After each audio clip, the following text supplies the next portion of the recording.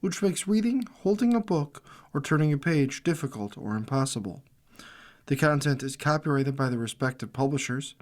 For more information, please visit us on the web at nfradioreading.org.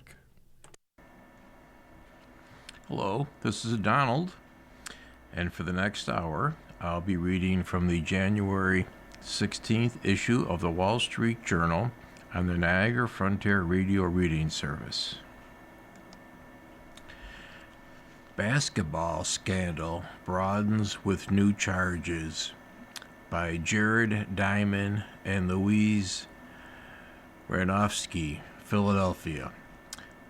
Federal prosecutors on Thursday charged a pair of gamblers with allegedly conspiring with dozens of basketball players to rig games ranging from U.S. colleges to the top professional league in China, in one of the most sprawling gambling cases in the history of U.S. sports. The case that emerged in 2024 appeared limited to a fringe National Basketball Association forward in Toronto, but the allegations expanded to pull in an NBA head coach and a star player with connections to fixed poker games and organized crime. Then it grew again. This, said U.S. Attorney David Metcalf for the Eastern District of Pennsylvania, was a massive scheme that enveloped the world of college basketball.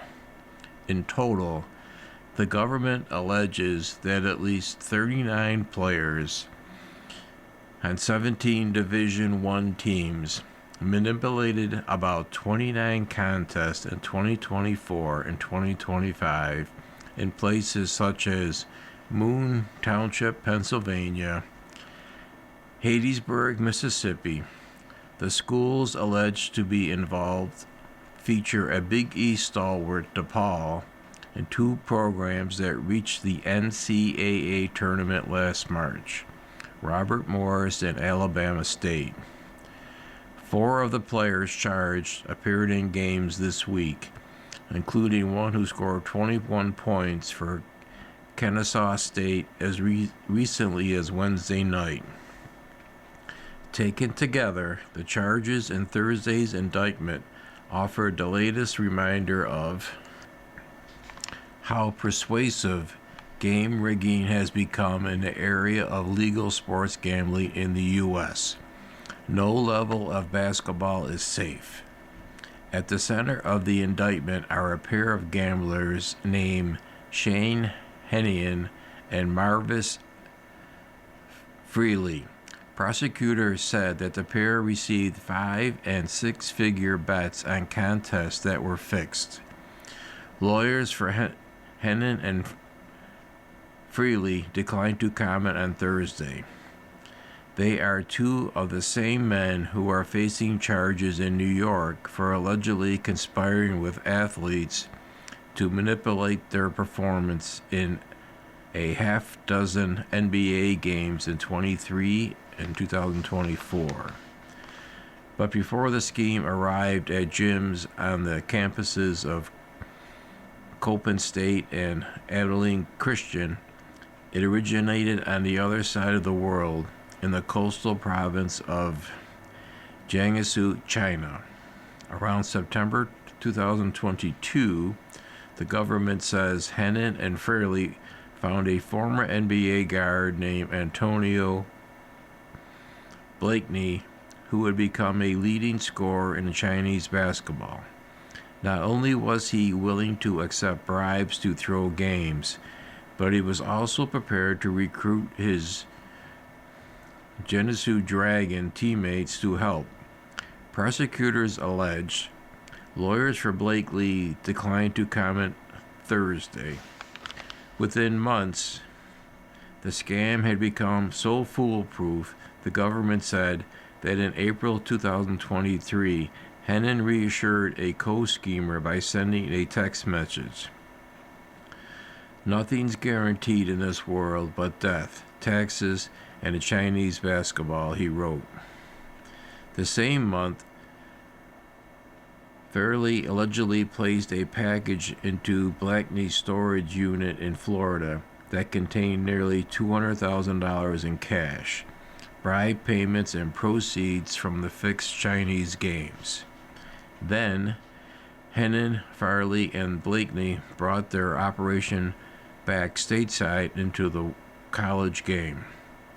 Working with fixers with connections to NCAA basketball, they met, called, and messaged players on social media, allegedly offering bribes typically ranging from $10,000 to $30,000 to participate. In most cases, the group would target players on teams expected by odds makers to lose and get them to ensure the team would fail to cover the point spread, and the indictment said. Sometimes they would persuade the players to just throw the first half without affecting the final outcome of the game. In February 2024, for instance, the group allegedly recruited players from St. Louis University to underperform in a contest against the game. Farley and others bet about $242,000 that St. Louis would fail to cover the first half spread of around 5. The St. Louis Billikens trailed by 14 at halftime. Protecting competition integrity is the utmost importance for the NCAA, President Charles Baker said. We are thankful for law enforcement agencies working to detect and combat integrity issues and match manipulation in college sports. American sports has teetered towards and dreaded a scenario like Thursday ever since the Supreme Court opened the door for states to legalize sports betting in 2018.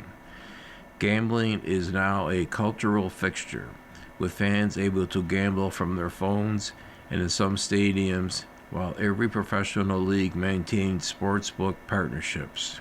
In turn, gambling scandals have broken out across the sports landscape in recent years, including college and professional baseball, threatening the credibility of competition that underpins the entire enterprise. The Pennsylvania announcement marked the latest chapter in an investigation that has been steadily expanding for the last 18 months. First, former Toronto Raptors forward Jontay Porter admitted that he faked injuries or illness so that gamblers, including Hemmon, could win bets on his performance. In October of last year, NBA guard Terry Rozier was charged with prosecutors saying he faked an injury and withdrew early from a game to help bettors cash in on his underperformance. He has pleaded not guilty. Portland Trail Blazers head coach Chauncey Billups was also accused of giving gamblers inside information. He has denied wrongdoing. Metcalf, the U.S. attorney, said that what transpired in college basketball was even worse. He said that while there was a relationship between these charges in Pennsylvania and the ones in New York involving Hennon and Farley, fundamentally this is a different criminal scheme. The NBA games in question revolved around wagers on individual player statistics, widely known as proposition bets. The NCAA has long advocated for the elimination of these sorts of wagers in college sports and have successfully lobbied some states to stop offering them. Here, however, Hennon, Farley, and Blakeney weren't targeting player stats at all. Instead, they were allegedly responsible for the outright rigging of games and persuaded more than 36 players to go along with it. Deals power a record year for big banks. Executives expect more of the same in 2026, though they acknowledge risk. By Anna Maria Andrew Titus. Wall Street is rolling into the new year firing on all cylinders after the nation's biggest banks had one of the strongest years on record in 2025. Big companies struck more giant deals and increased borrowing. Traders raced to maneuver around geopolitical upheaval and bet on the rise of artificial intelligence. Consumers and the wealthy continued to spend, invest, and borrow. Goldman Sachs and Morgan Stanley both posted record annual revenue in their investment banking and trading divisions Thursday, wrapping up a strong week of performances from the country's largest banks. Combined with J.P. Morgan, Chase Bank of America, Citigroup, and Wells Fargo, the six biggest banks brought in some $593 billion in revenue in 2025, up 6% and better than any prior year. Their combined profits of about $157 billion were up 8% and only slightly behind the 2021 pandemic year, which was inflated by accounting moves. While executives were quick to flag risk, especially in policy and global strife, they remained confident that 2026 would be even better, predicting more initial public offerings, mergers, and private equity deals, and the financing that fuels deals.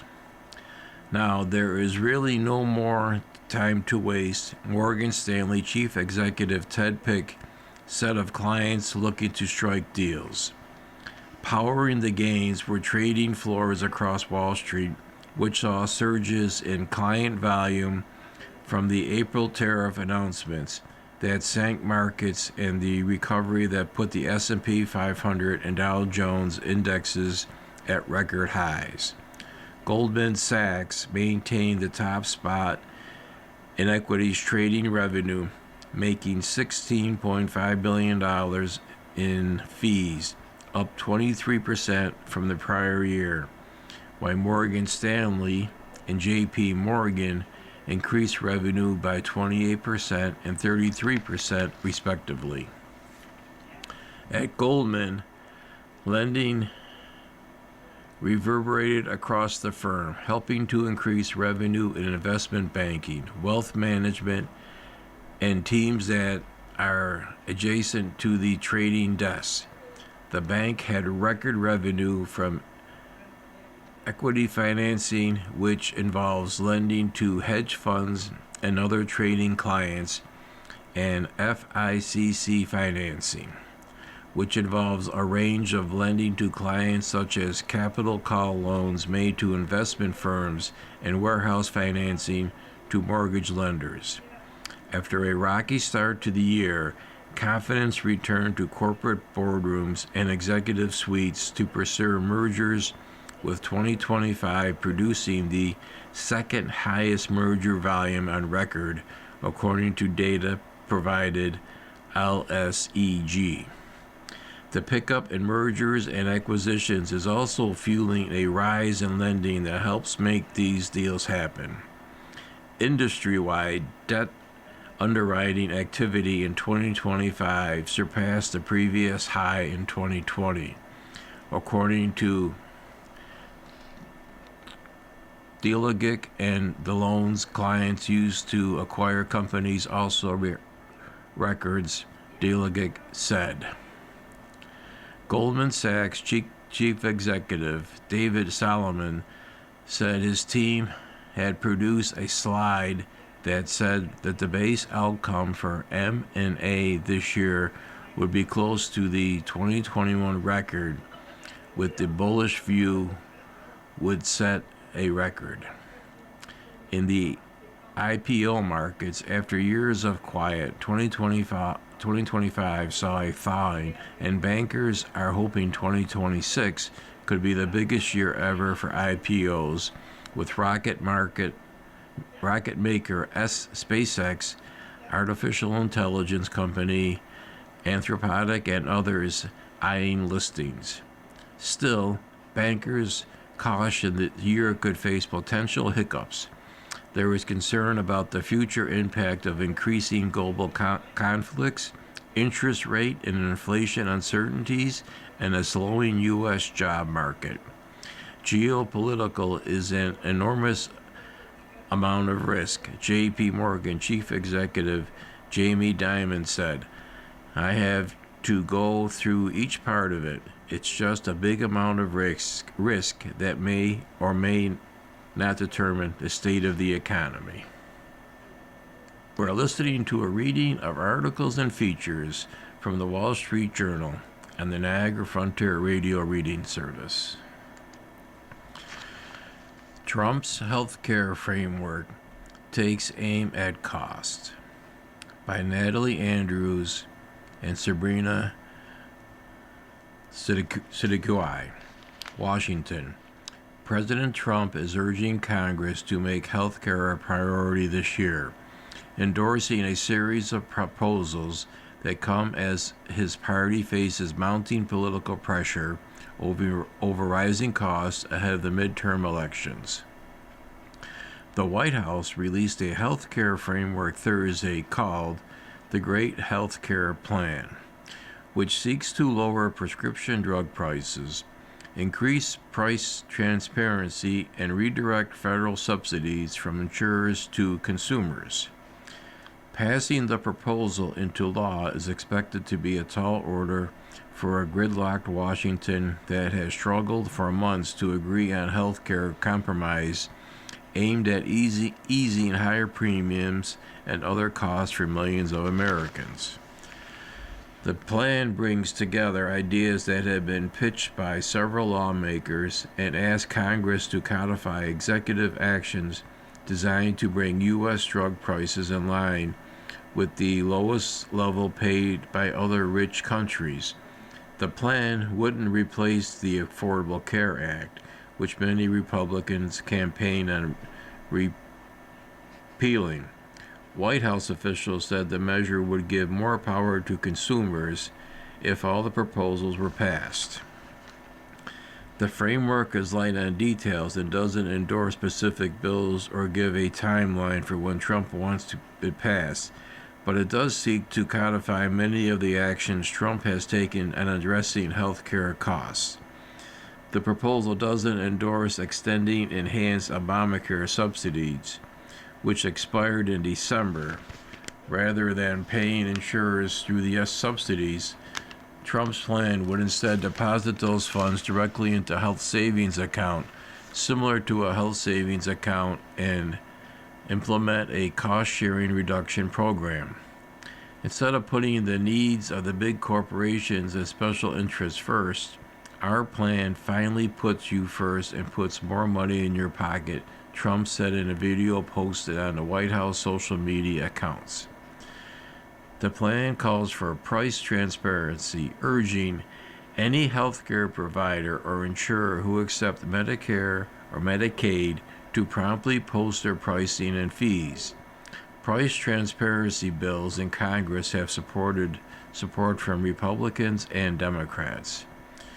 Consumers know how to shop and how to make sure their bills are accurate to what they agreed on up front, said Cynthia Fisher, founder of PatientRightsAdvocate.org, a nonprofit organization seeking healthcare price transparency. Trump's plan seeks to end kickbacks from pharmacy benefit managers to the large brokerage middlemen to lower costs. Lawmakers from both parties have criticized pharmacy benefit managers, which usually play a key role in getting prescriptions filled and reimbursed, for what the administration says is anti-competitive tactics that keep drug prices artificially high. The Trump administration has negotiated with major drug makers in an attempt to lower U.S. drug costs with a policy known as most favored nation pricing.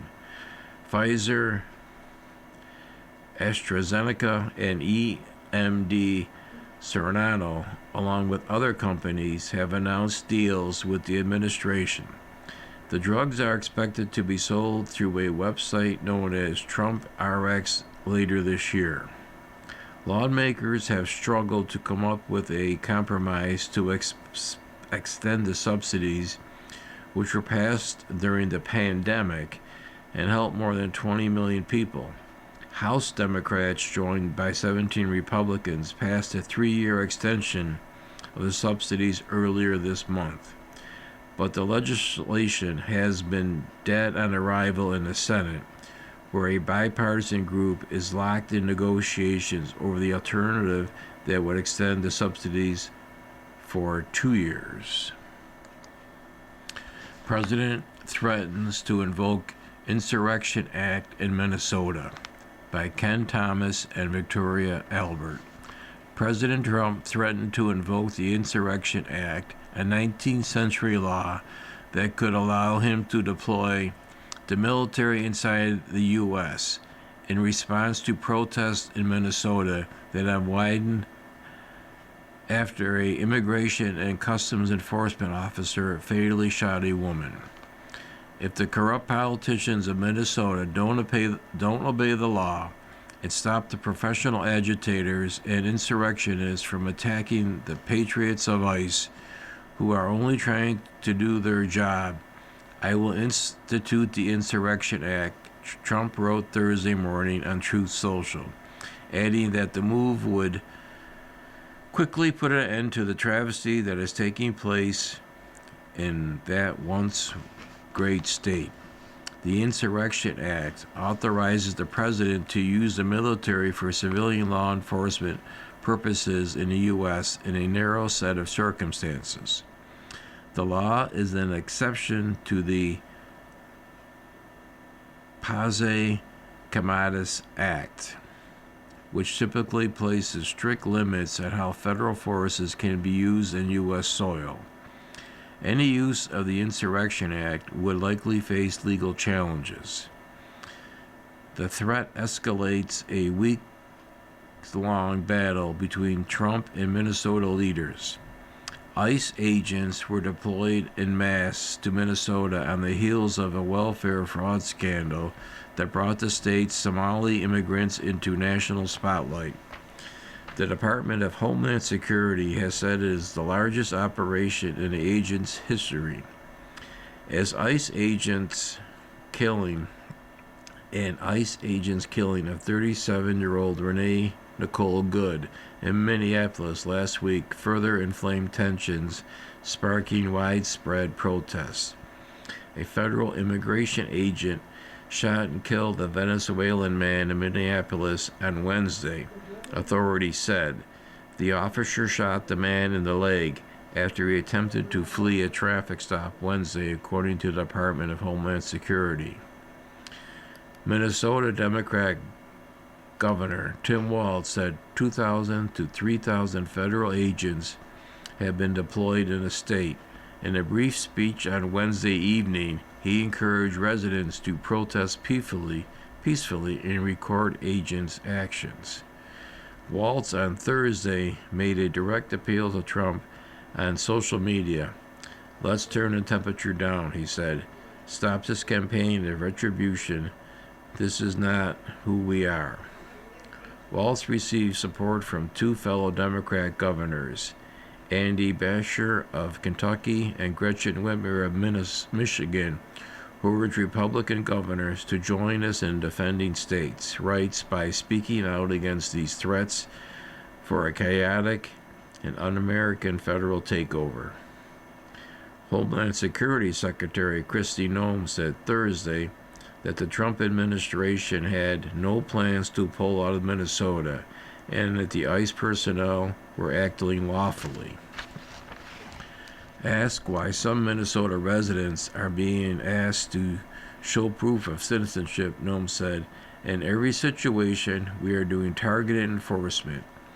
If we are to target and do an operation, there may be individuals surrounding that criminal that we may need to be asking who they are and why they are there and having them validate their identity.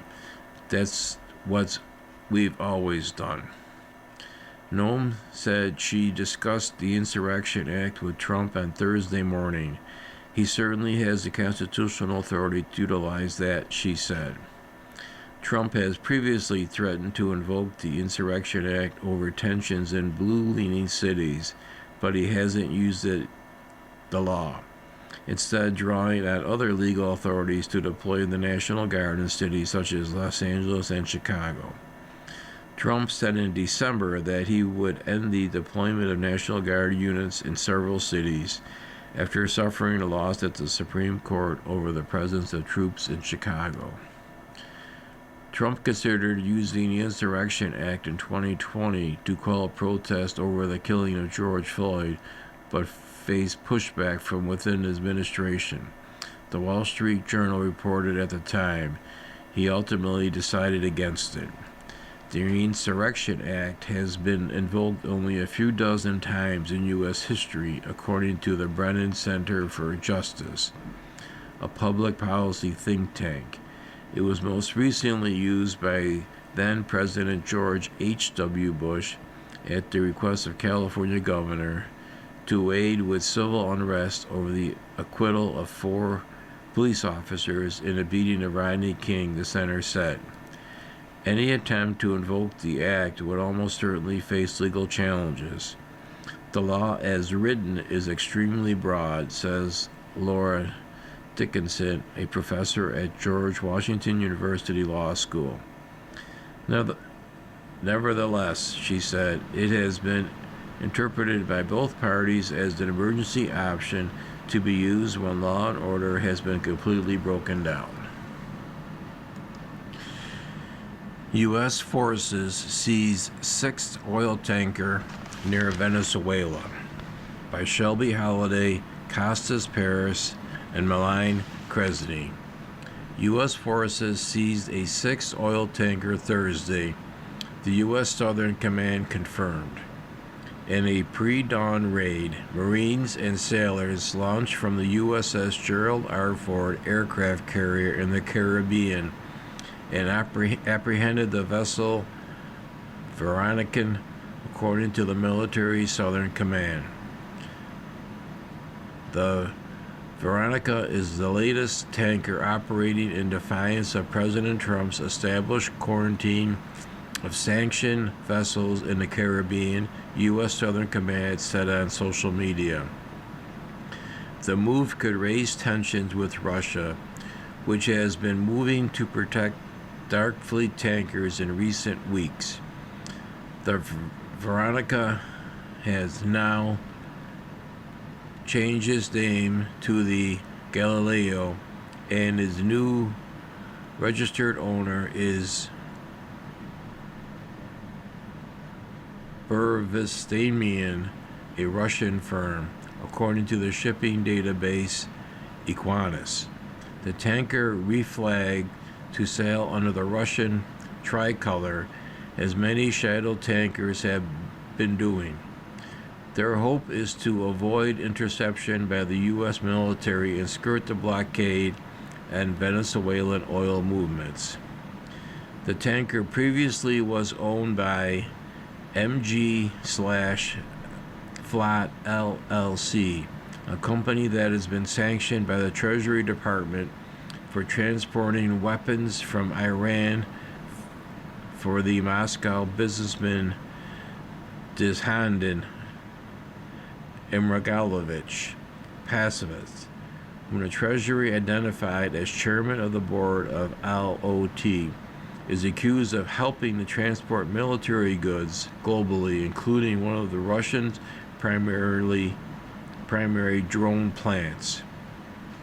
The Trump administration's crackdown on what is called the Dark Fleet that transports sanctioned oil has continued as the U.S. seeks to work with Venezuela's interim government to control the nation's oil sales. The oil tanker crackdown has had a significant impact on Venezuela's oil exports. This month, crude loadings have fallen to about half of the normal levels, according to shipping analytics provider Kepler. The only ships that are loading crude at Venezuela's ports are tankers bound for the U.S. and those transporting oil to Venezuelan refineries, the company said. U.S. officials have said they are working with Caracas that the U.S. could receive Venezuelan crude that is backed up for onshore facilities and floating tankers that serve as oil storage and then sell it. Many of those barrels have been blocked from going to China and other markets because of the U.S. blockade. The dark fleet model with Venezuela for now has been broken because there are no cargoes, said Michelle Weiss-Blockman, a maritime intelligence analyst at Windmart. Whether or not the dark fleet will be able to resume shipping to China, given that the U.S. is working with the PDVSA, the Venezuelan state oil company, to control what's going in and out of the country, is quite possibly that the dark fleet tonnage will no longer call there. There are dozens of ships carrying Venezuelan oil in the Caribbean and other waters around the world that the U.S. could try to take control of if Trump wants to widen the crackdown, analysts say. Kepler estimates that as of January 13th, about 15.5 million barrels of crude oil and 17 tankers in Venezuela waters, not including ships heading to the U.S. You are listening to a reading of articles and features from the Wall Street Journal and the Niagara Frontier Radio Reading Service. German and UK economies show signs of recovery, by Ed Frankel and Don Nico Forbes. Europe's largest economy showed signs of recovery last year after nearly a decade in stagnation, but declining exports, intense competition from China, and ensuring Berlin's massive stimulus funds are effectively deployed remain challenges to sustain growth. Meanwhile, the UK economy grew more than expected in November, a boost for the government as it seeks to build momentum after years of economic drift. German gross domestic product in the Eurozone's largest member increased 0.2% in 2025. German statistics agency the Census said on Thursday, a turnaround after the economy contracted a 0.9% and 0.5% in 2023 and 2024 respectively.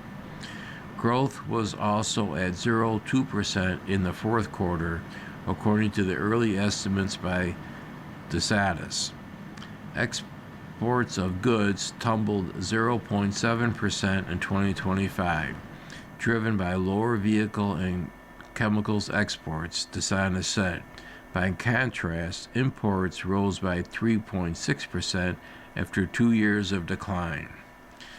Germany's export business faced strong headwinds owing to higher U.S. tariffs, the appreciation of the euro, and increased competition from China, said DeSantis President Ruth Brand.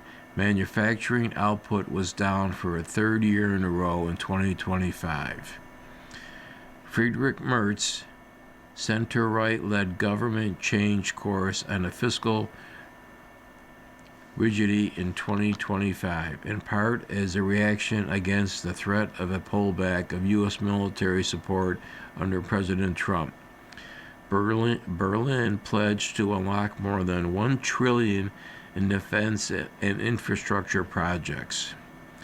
The stimulus is starting to work, said Holger Schmelding, chief economist at Hamburg-based bank Berenberg. Factory orders and industrial production rose for 3 straight months into November for the first time since 2022. UK economic activity, meanwhile, increased by 0.3% in November.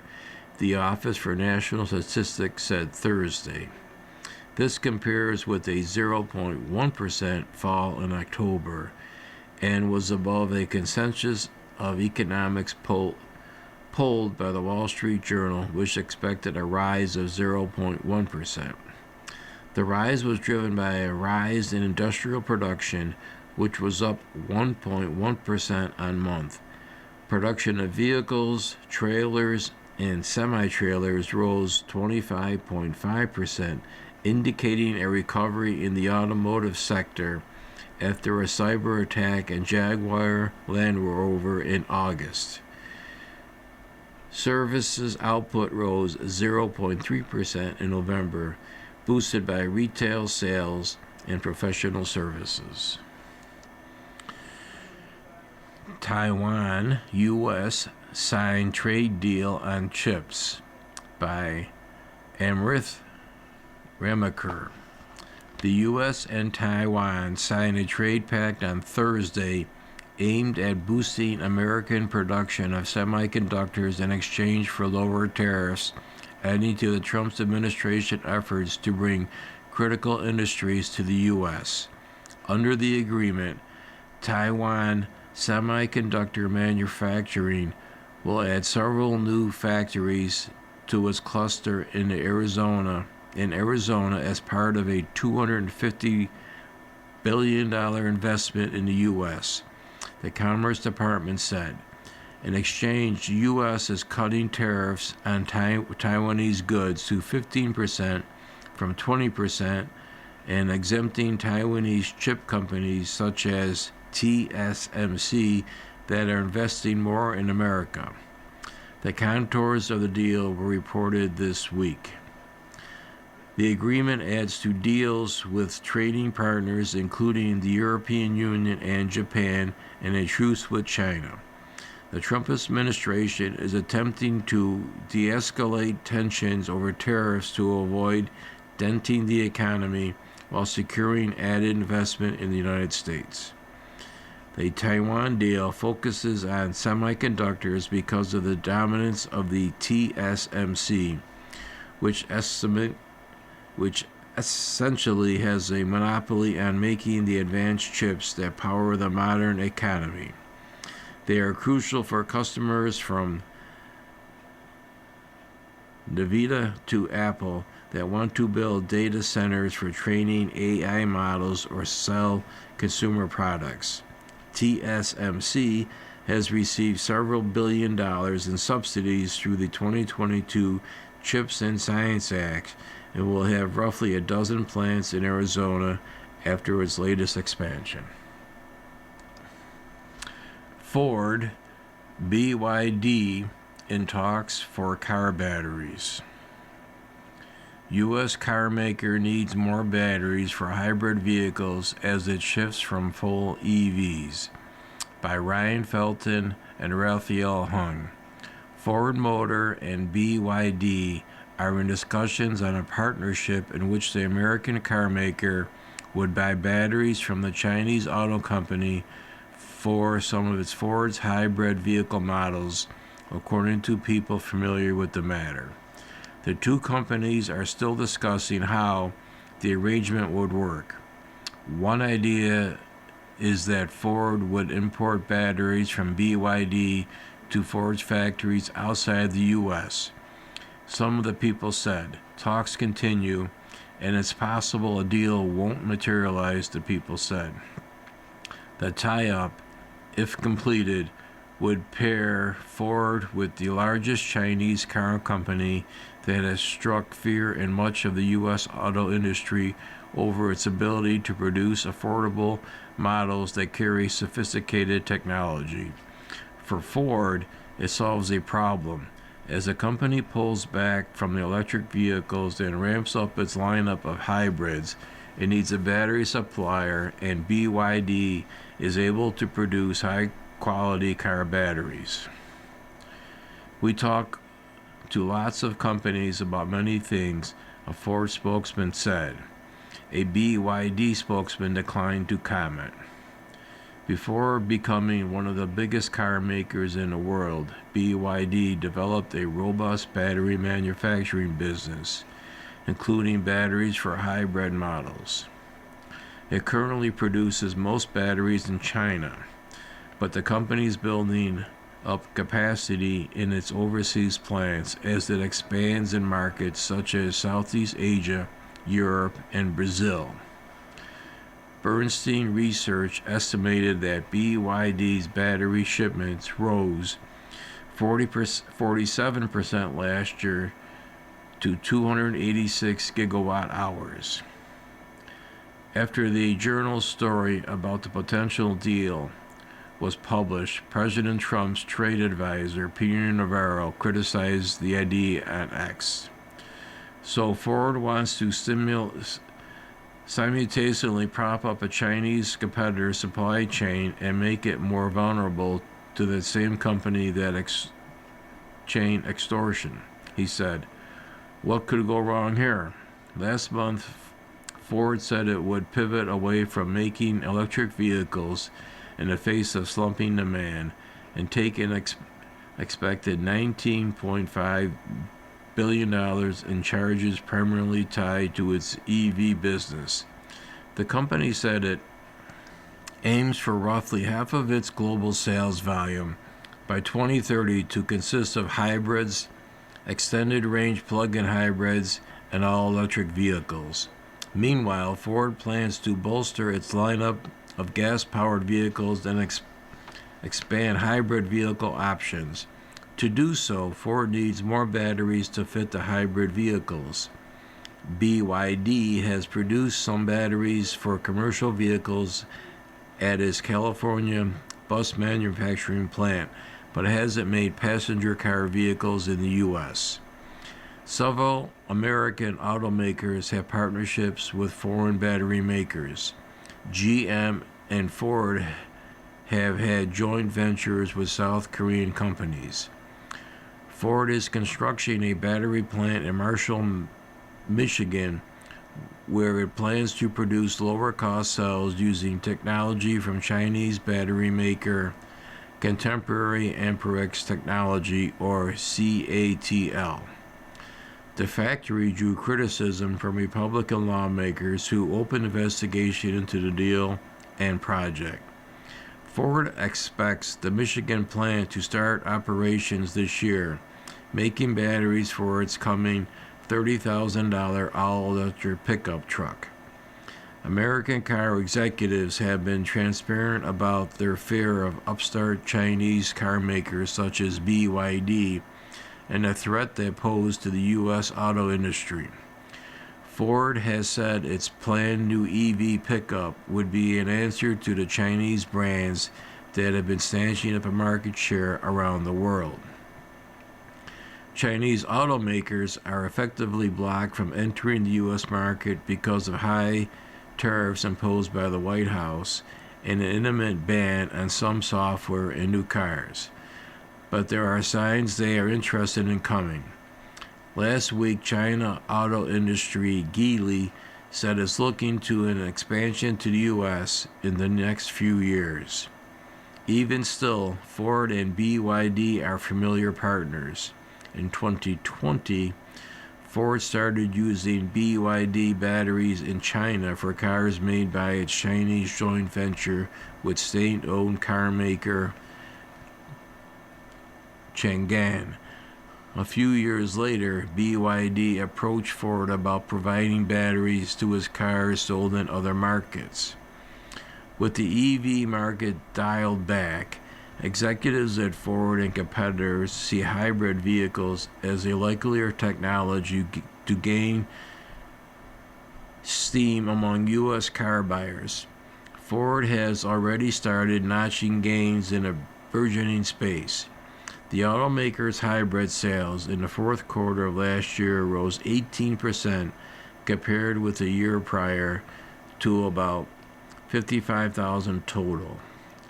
At the Detroit Auto Show this week, Ford Chief Executive Jim Farley said the company has seen success with the F-150 hybrid variant and now wants to expand across a range of other hybrids and extended range vehicles. I think our message is really simple, he said. Give Americans choice. You are listening to a reading of articles and features from the Wall Street Journal and the Niagara Frontier Radio Reading Service. Hershey Bar Gets Marketing Makeover by Katie Drayton. Hershey wants its 130-year-old workhorse chocolate brand to work a little harder.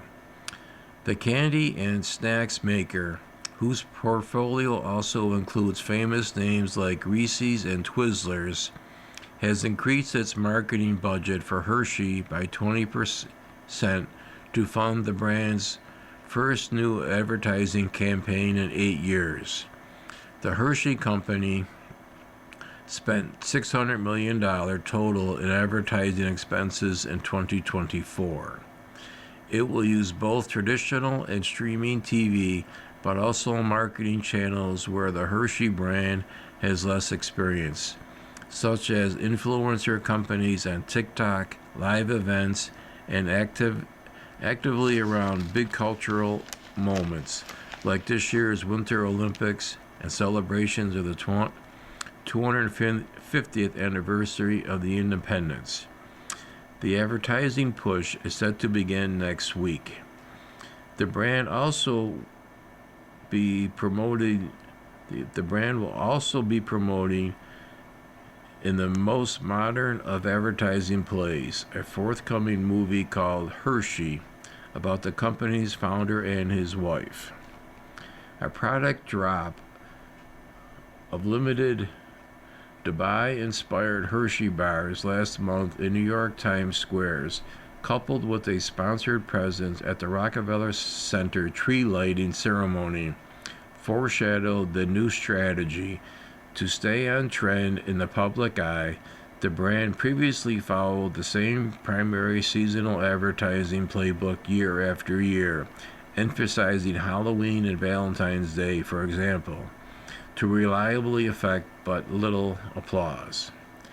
You see charm and change through the course of the year in different seasonal moments, and over the course of the life stages too, said Stacy Tayeff, Chief Growth Officer at Hershey.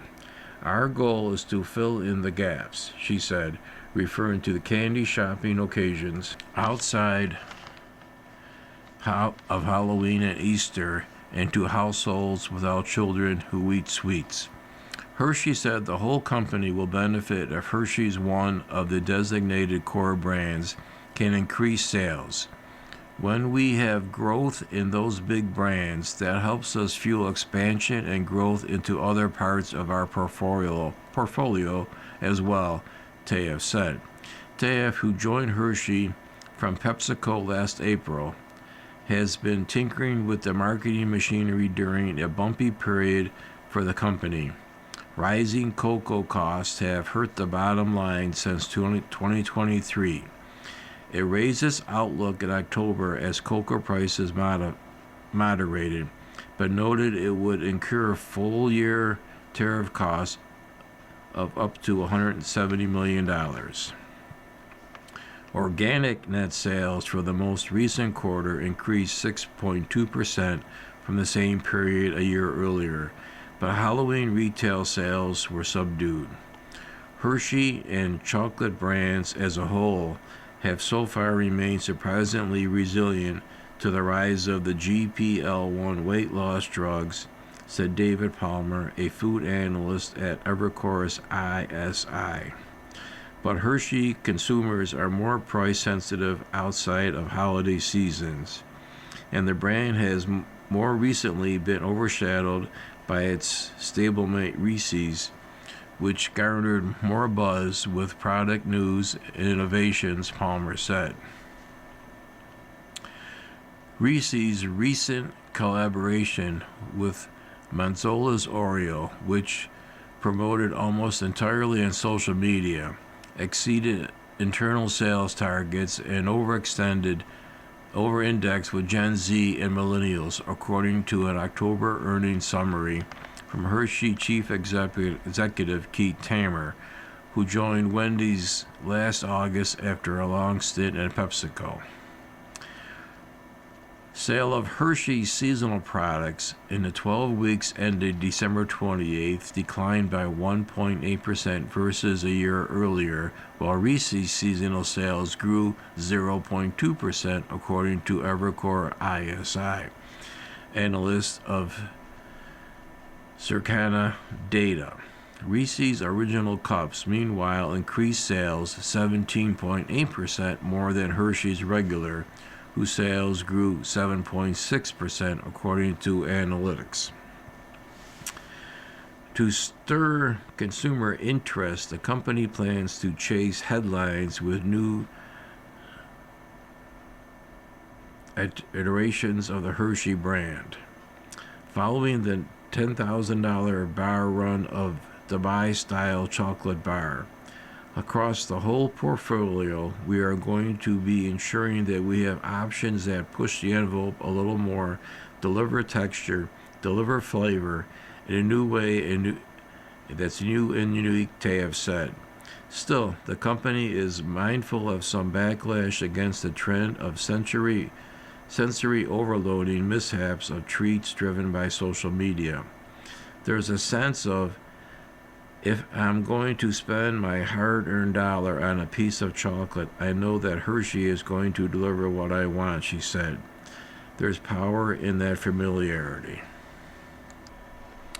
Paramount loses bid for more Netflix deal info by Lauren Thomas. Paramount failed to force Warner Brothers Discovery to disclose more information soon about its deal with Netflix when a judge denied its request Thursday. Paramount earlier this week filed a lawsuit in Delaware seeking to compel Warner to release more information about its merger agreement with Netflix, specifically how Warner values the global network's business it will create as part of a plan to split itself in two.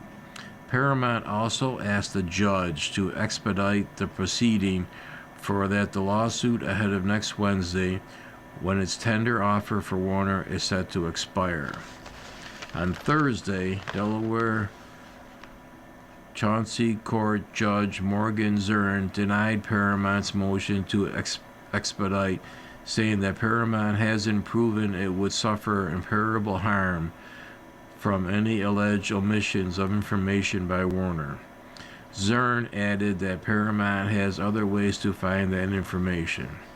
Paramount said in a statement that the ruling didn't pertain to the merits of its claim and that Warner shareholders need the additional information to make an informed decision.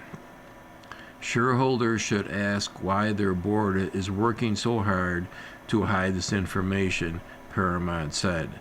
Paramount also said Thursday that it plans to extend its tender offer beyond January 21st. It is able to keep extending that deadline. Warner called the lawsuit yet another unserious attempt to distract and said the judge saw right through it. Despite its multiple opportunities, Paramount Skydance continues to propose a transaction that our board unanimously concluded is not superior to the merger agreement with Netflix. Representatives from both Paramount and Warner traded barbs during Thursday's court meeting. Lawyers representing Paramount said Warner is acting like an ostrich with its head in the sand. Warner's lawyers, making a Hollywood reference, said Paramount is effectively trying to shut down a movie set before the movie is finished filming. Jackpot. Penthouse sale sets Las Vegas record. Technology investor Richard Heddell has sold a Las Vegas penthouse for $21 million, setting a condominium record for Clark County, according to listing agent Ivan Shear of IS Luxury. The buyer's identity wasn't disclosed. The condo is located in the Summit Club, a private community developed by Discovery Land Co. and about 10 miles west of Las Vegas Strip. Handel purchased the unit for $9.4 million in 2023. The original asking price was $25 million, but it was most recently asking $23.5 million. Handel declined to identify the buyers, but said they also purchased the furniture and art. Right down to the silverware, he said. We didn't have a place for it anyway. The penthouse is roughly 5,000 square feet with 5 bedrooms and views of the Strip and Red Rock Mountains.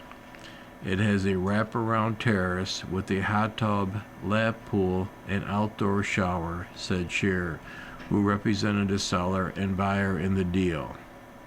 Hendrell is the former CEO of the gaming companies Bailey Technology and Powerhouse Technologies. There were construction delays after he purchased his unit at the Summit Club, and by the time it was complete, he had moved into a single-family home nearby. I didn't know which to sell, he said, so we wound up listing both, each asking $25 million. The previous record for a Clark County was set in 2021 by a 5-bedroom, roughly 17,000 square foot penthouse on a strip that fetched $16.25 million. Luxury home prices in Las Vegas and nearby Henderson have surged over the past few years. Vacant lots at the Summit Club used to go for around $2.5 million to $3 million. Now the minimum price is around $8 million, Scheer said. Nevada's tax-friendly policies are drawing newcomers from California and Washington, he said. Biotech venture capital deals poised to recover in 26. By Brian Gromley. A run of pharmaceutical mergers and acquisitions is fueling optimism that biotechnology venture capital is poised to rebound from its post-pandemic slump. With a $223 billion in biotech and M&A deals worldwide, 2025 was the industry's third busiest year on record, according to investment bank Stifel. Recent acquisitions illustrate drug makers' aggressive pursuit of deals that can help them compete in hot markets like obesity and refuel with startups new products as their own top-selling medicines come off patent. In November, Pfizer won a bidding war with rival Novo Nordisk to buy obesity-focused Medicare as one of the few venture-backed biotechs to go public in 2025, in a deal that could be valued at more than $10 billion. Improved IPO market will give both biotech startups more financing options, provide competition to pharmaceutical acquirers, and add to the venture investors' confidence in the sector. Several mature biotechs are now considering a public listing, leading investors to expect a better pace of IPOs in 2026. It's going to be a much more productive year with a high bar of quality, said Dr. Jim Furley, managing partner at Sofavina Investments. You have been listening to a reading of articles and features from the January 16th issue of the Wall Street Journal. We read from the Wall Street Journal every Monday through Thursday at 11 p.m. and Friday at 6 p.m. Your reader has been Donald. Thank you for listening. Coming up next in the Niagara Frontier Radio Reading Service, we have a reading of the Buffalo Criterion, followed at 8 o'clock by the New York Times, and at 9 o'clock by Buffalo Spree. Stay with us for these readings and more throughout the day.